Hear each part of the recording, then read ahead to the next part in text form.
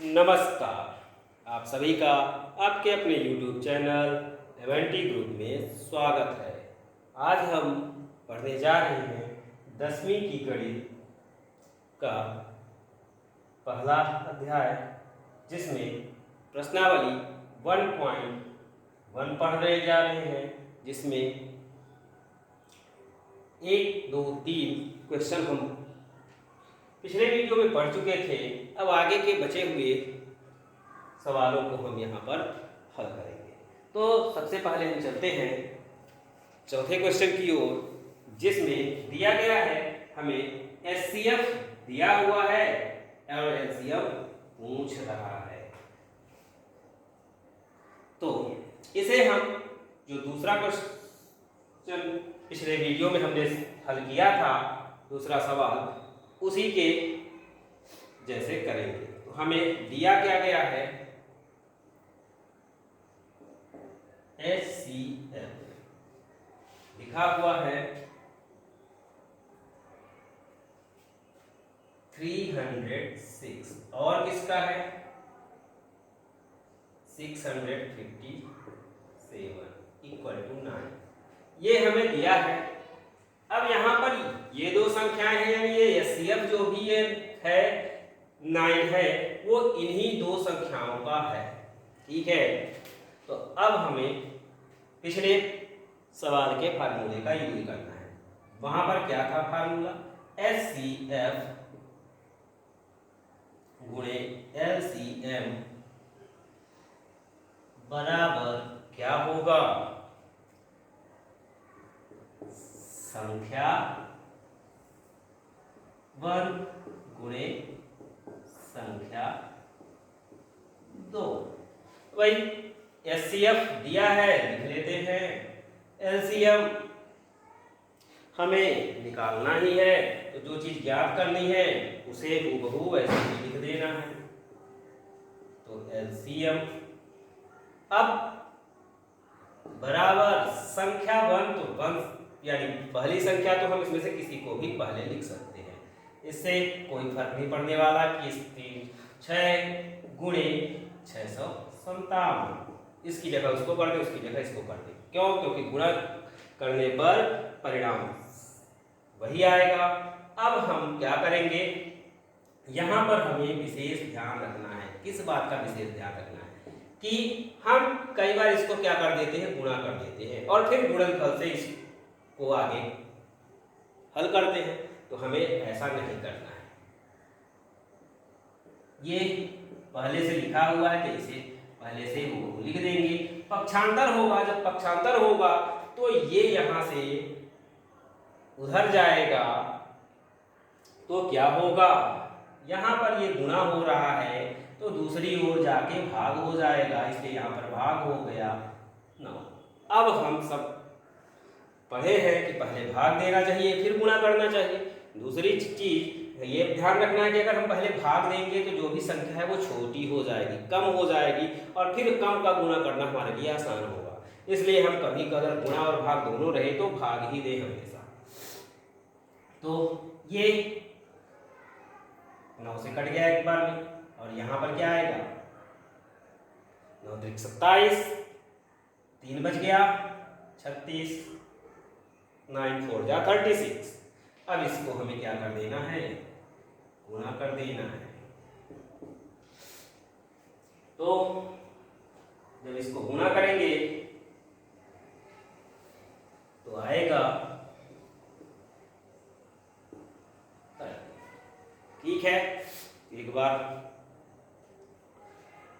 4 से करेंगे, फिर एक बार 3 से करेंगे और फिर आगे गुणनफल निकाल लेंगे। तो ये था हमारा एलसीएम, जिसमें हमें ध्यान रखना है कि हमारा फार्मूला क्या है, सूत्र क्या है, उसी के आधार पर हमें सॉल्व करना है। तो अब चलते हैं 5वें सवाल की। 5वें सवाल में हमें क्या करना होगा, तो सवाल है हमारा जांच करना है। 5वें सवाल में ये अलग है, जो अभी तक हमने नहीं किया है, ठीक है, पर कुछ न कुछ उसी तरीके का है, उसमें से यूज करना है, उसका उपयोग करना है और फिर हमें हल करना है। सवाल क्या कहता है कि जांच कीजिए, क्या जांच कीजिए कि क्या किसी प्राकृतिक संख्या n के लिए संख्या 6 की घाते n अंक शून्य पर समाप्त हो सकती है। यानी कि हमें ये जानना है कि जब कुछ हल करें, जब इसे हम बांटें, तो यहाँ पर जैसे आएगा तो इकाई का अंक क्या यहाँ पर शून्य पर समाप्त होगी या नहीं होगी। ठीक है, तो हमें जानना है। इसके लिए हम क्या करें, तो 6 को हम क्या लिख सकते हैं, इस तरीके से हम गुणनखंड कर दिए।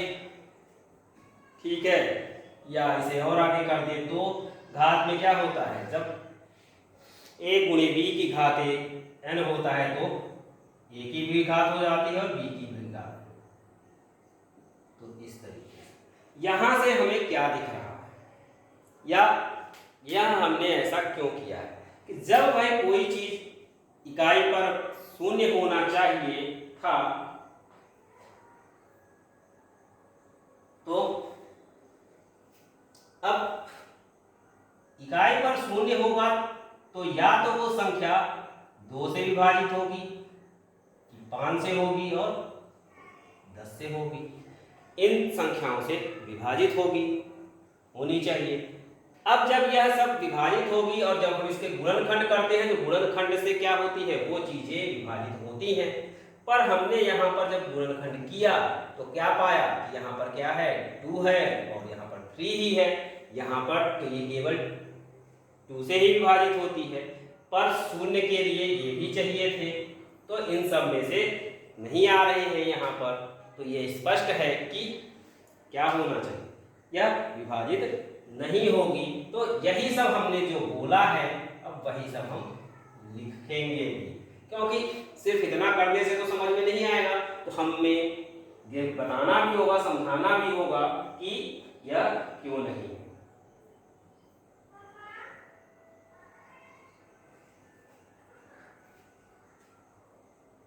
तो चूंकि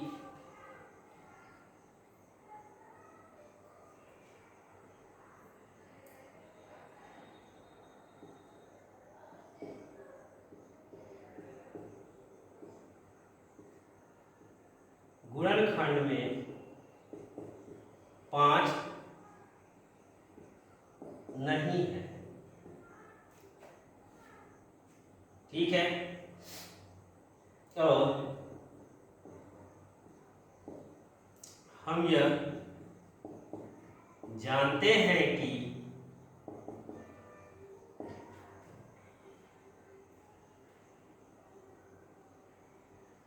यदि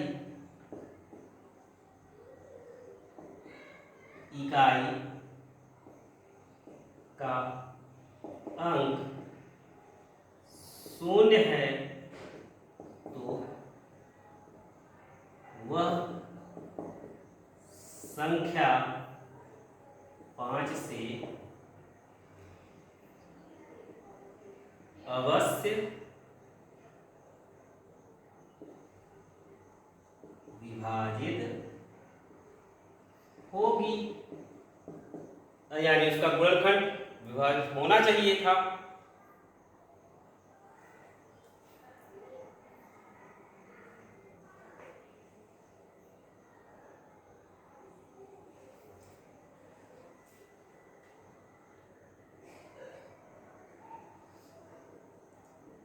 अतः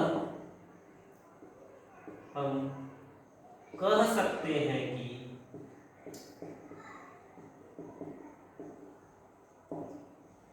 सिक्स की घात n क्या है, फिर इसके बाद हम प्रश्न के अनुसार ही लिख देंगे।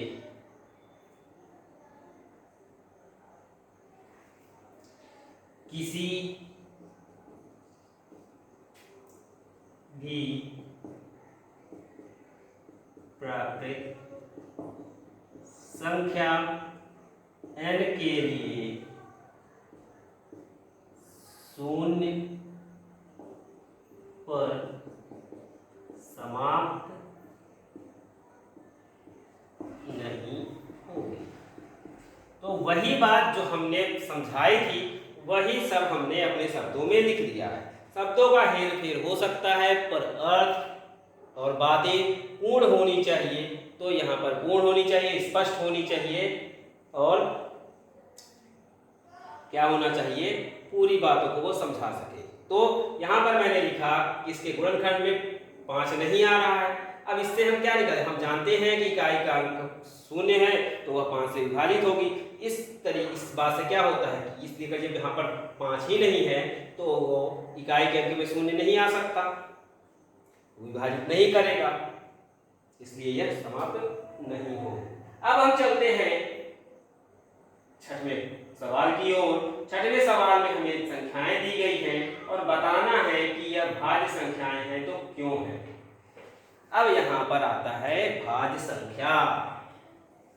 क्या आता है, भाज्य संख्या। तो क्या होती है भाज्य संख्या? अभी तक हमने पढ़ा है अभाज्य संख्या। अभाज्य संख्या पिछले वीडियो में बताए थे कि जो क्या हो,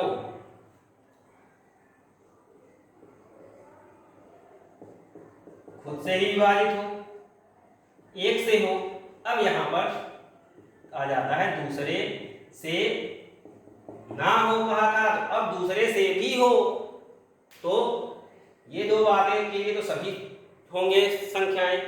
अब ये वाली एक्स्ट्रा है, जब जिसमें ये दूसरे से भी हो जाए तो वो क्या होगी, भाज्य होगी, और जो दूसरे से ना हो वो क्या होगी, अभाज्य होगी। हमें ध्यान रखना है कि हमारी जो संख्या है एक, वह न तो भाज्य में आती है और ना ही अभाज्य संख्या होती है। ठीक है, इस बात का ध्यान रखना है। अब चलते हैं, तो हमारा सबसे पहला सवाल है जो इसमें दिया है, लिखा है जो संख्या है 7 गुणे 11 गुणे 13 धन 13। अगर हम इसमें क्या करते हैं, यहां इस पद में भी हमें 13 दिख रहा है, उस पद में भी 13। यहां पर हम क्या करेंगे, उभयनिष्ठ ले लेते हैं। जब 13 उभयनिष्ठ लेंगे तो यहां से उभयनिष्ठ लेना मतलब इसे विभाजित करना, भाग देंगे तो 13 कैंसिल हो जाएगा, कट जाएगा, हट जाएगा। अब बचता है ये, तो 11। अब यहां से धन, जब इसे भाग दिया तो बचा 1 बराबर 13 गुणे क्या बचा 77 धन बराबर 78। अब या तो हम यहीं पर रहने दें, यहां से भी पूरी बात हो जाती है, आगे जरूरी नहीं है, पर चूंकि आप लोगों को बताया जाता है, किताब में लिखा होता है, इसलिए हम कर दे रहे हैं। ये आवश्यक नहीं, हमारा काम यहीं से हो गया था, तो मेरी राय में तो सिर्फ इतना ही करना चाहिए। पर यहाँ पर आगे और इसके गुणनखंड हो रहे, इसलिए कर दिए हैं। आप यहीं पर रुक जाएं, इसके आगे ना करें। क्यों? क्योंकि हमारा काम इसी से हो रहा है। हमें पता करना था क्या है भाज्य संख्या। तो ध्यान से सुनिए, हमें भाज्य संख्या जाननी। भाज्य संख्या के लिए क्या होना चाहिए, वो संख्या खुद से होनी चाहिए और 1 से होनी चाहिए। तो ये तो अभाज्य होगी तो भी होगा, भाज्य होगी तो दूसरी संख्या से। तो यहाँ पर क्या होनी चाहिए, 2 संख्याएं होनी चाहिए। तो 2 संख्या यहाँ पर मिल गई थी कि जो किसी संख्या को क्या है, विभाजित कर रही थी। तो इसलिए यहीं से हमारा पता चल गया कि ये संख्या क्या है, भाज्य संख्या है। क्यों? क्योंकि इसके 2 गुणनखंड हो गए भाई, एक के अलावा 2 और गुणनखंड हो गए। तो क्या हो गया, वो 2 संख्याओं से विभाजित हो गई और इससे हमें पता चल गया कि वो भाज्य संख्या है। ठीक है,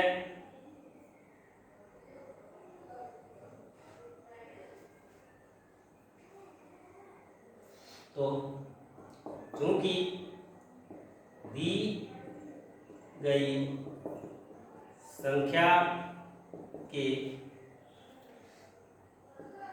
13 और अगर हम यहाँ पर लिखें इसके अनुसार तो यहाँ पर 6 लिखेंगे और इसके अनुसार लिखेंगे तो 78 लिख सकते हैं। तो गुणनखंड हैं, अतः यह संख्या या दी गई संख्या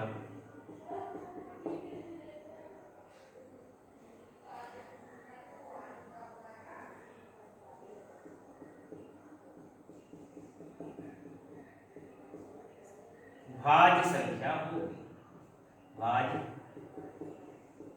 संख्या है। अब हम चलते हैं इसके अगले भाग में, उसमें भी इसी तरीके से करना है, उसे भी पता करना है, तो यही तरीका उसमें भी करेंगे। आइए देखते हैं। तो यहाँ पर है दूसरे भाग में 6 गुणे 5 गुणे 4 गुणे 3 गुणे 2 गुणे 1 धन 5। अब यहाँ हमें क्या दिख रहा है, यहाँ भी 5 है, यहाँ भी 5 है, तो हम इस बार इसे हम क्या करेंगे, वैनिश ले लेंगे। अब बचा हुआ जो है तो इधर से क्या बचेगा, 6 गुणे 4 गुणे 3 गुणे 2 गुणे 1, फिर प्लस इधर 5 ले चुके हैं तो क्या बचेगा 1।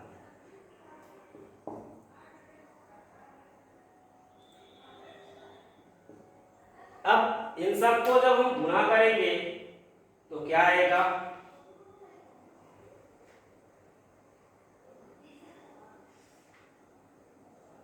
1008 था नहीं।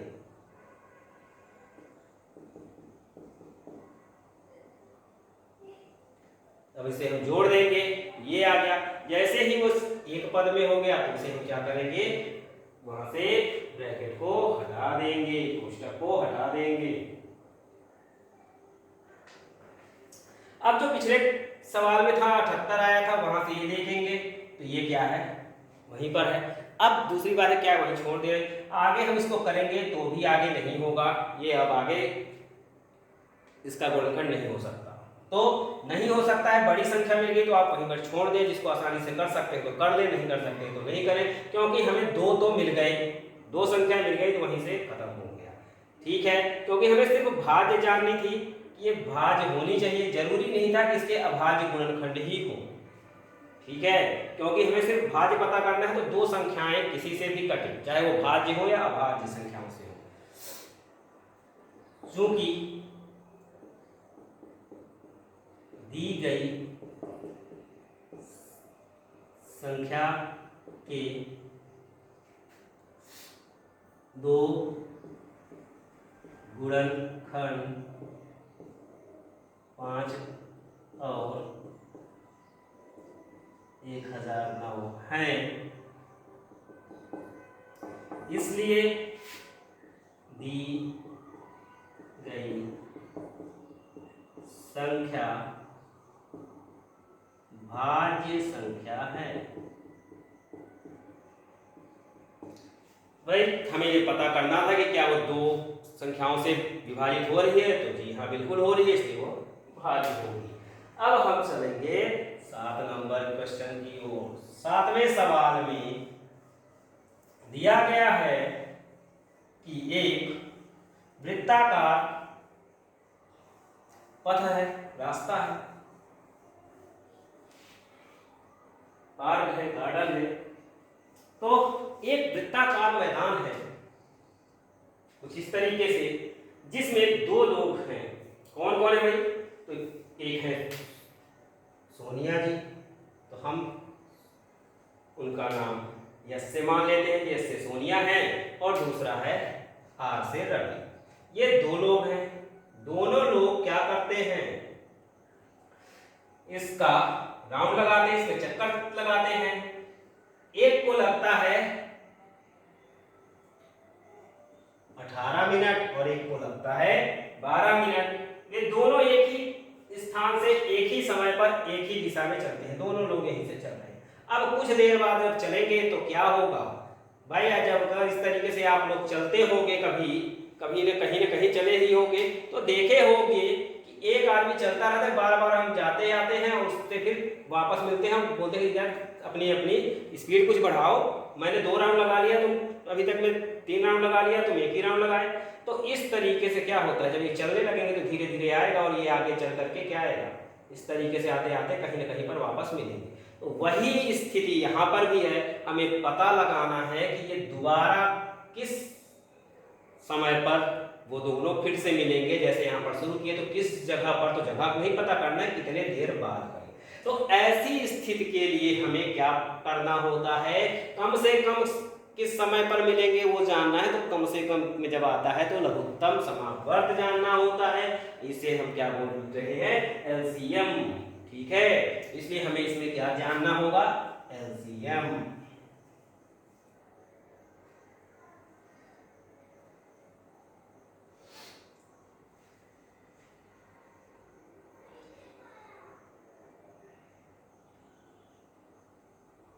तो दिए गए सवाल को हल करने के लिए हमें एलसीएम ज्ञात करना होगा। ठीक है, ये अपना तो ये हमने अपने हूबहू शब्दों में लिख दिया है। अब एलसीएम निकालेंगे। तो एलसीएम निकालने के लिए उन सबका क्या करना होगा, गुणनखंड करना होगा। तो 12 और 18 का गुणनखंड कर देते हैं। तो 12 2 से डिवाइड हो जाएगा, इसलिए 2 लिख दिया, यानी कि विभाजित हो जाएगा। अब 2 से क्या होगा, जब 2 से करेंगे विभाजित तो क्या आएगा, 6 जा होता है, 6 आया, 6 फिर से 2 से हो जाएगा, तो 2 से हुआ तो 3 आया। 3 क्या है, अभाज्य संख्या, इसलिए 3 खुद ही से होगा। अब ये भी 2 से हो जाएगा, तो 2 9 जा 2 9 18, तो 9 आ गया। अब 9 2 से नहीं होगा, इसलिए 3 से करेंगे, 3 से करेंगे तो 3 ही आएगा। तो ये हो गया उसका क्या, गुणनखंड। अब एलसीएम निकाल देंगे। तो एलसीएम तो सबसे ज्यादा बार जिसमें आया है उसका लिखना है, तो 2 × 2। अब 3 की बारी आती है तो 3 इसमें ज्यादा बार है, इसलिए इसका लिखेंगे। 3 × 3 इक्वल टू करेंगे तो 2 2 जा 4, 4 3 जा 12, 3 जा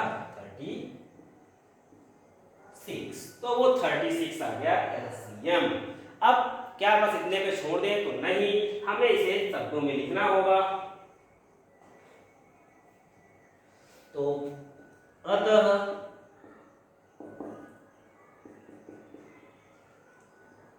सोनिया और रवि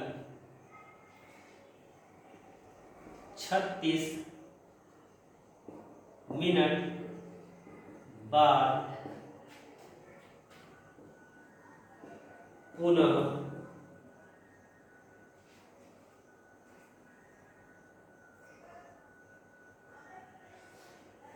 कहाँ मिलेंगे, वो जहां से शुरू किए थे साथ मिलेंगे। प्रारंभिक स्थान पर मिलेंगे। यह हमें प्रश्न से, सवाल से देख करके लिख लेना है, जिस शब्दों में उसे, तो उससे अगर हम अपने शब्दों में बना सके, सवाल में ज्यादा बड़ा दिया है तो अपने शब्दों में लिख दे, वरना हूबहू बड़ा है लेकिन आसान होता है, उसी से देख करके लिख देना। तो आपको जैसा उचित लगे, जैसा आप आसानी से समझ सको तो उसे, पर सीखने का मतलब होता है अपने ही शब्दों में लिखना। तो ये था हमारा 7 नंबर, तो इसे 7 नंबर मानिएगा। अब हमने देखा कि कितने आसान से सवाल थे जो हमने सीख लिया।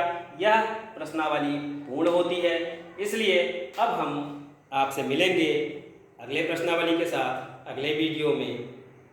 तब से आपसे विदा लेते हैं। आपका दिन शुभ हो। अगर आपने चैनल को सब्सक्राइब कर दिया है तो बहुत बहुत धन्यवाद, नहीं किया है तो अतिशीघ्र करें और भी लोगों से करवाएं और वीडियो को ज़्यादा से ज़्यादा देखें। धन्यवाद, आपका दिन शुभ हो।